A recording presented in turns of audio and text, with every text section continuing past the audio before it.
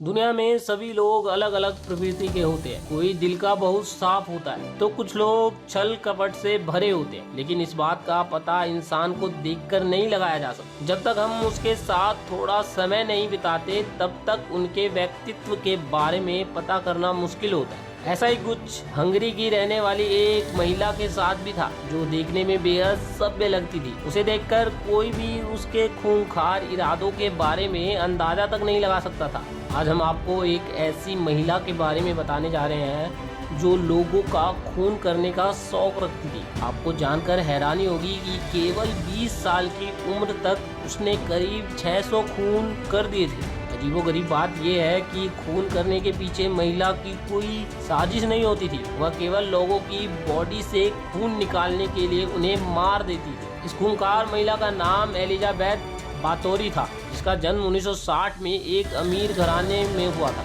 लेकिन उस समय किसी को क्या पता था कि आगे चलकर उसका नाम दुनिया भर में सबसे खूंखार फीमेल सीरियल किलर में शामिल हो जाए।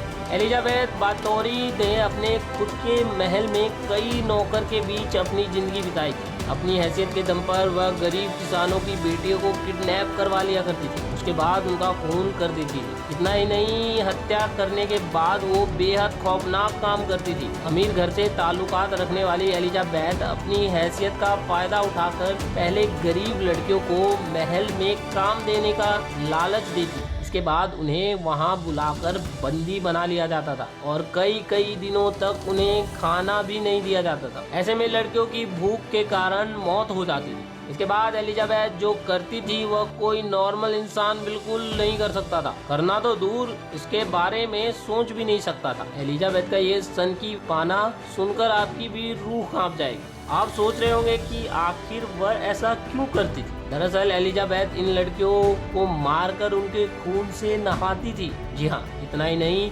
मारने से पहले इन्हें टॉर्चर भी किया जाता था, जैसे कि चिमटे से नाखून खींच लेना, छाती पर गर्म सलाखों के दाग देना। कई बार तो लड़कियों को शहद से नहलाकर मधुमक्खियों के पास छोड़ दिया जाता था। खून से भरे टब में नहाने का शौक रखती थी एलिजाबेथ। लड़कियों की मौत के बाद उनकी बॉडी से खून निकालकर एक बड़े से टब में भर दिया जाता था, जिसमें एलिजाबेथ डुबकी लगाती थी। उसका मानना था कि इससे उसका हुस्न हमेशा के लिए जवान रहेगा। एलिजाबेथ की ये कहानी सुनकर आपको कैसा लगा? ऐसी ही रोचक कहानियों से भरे हुए गिटारों से जुड़ने के लिए हमारे चैनल को सब्सक्राइब करना ना भूलें और नीचे कमेंट सेक्शन में अपनी राय जरूर दें।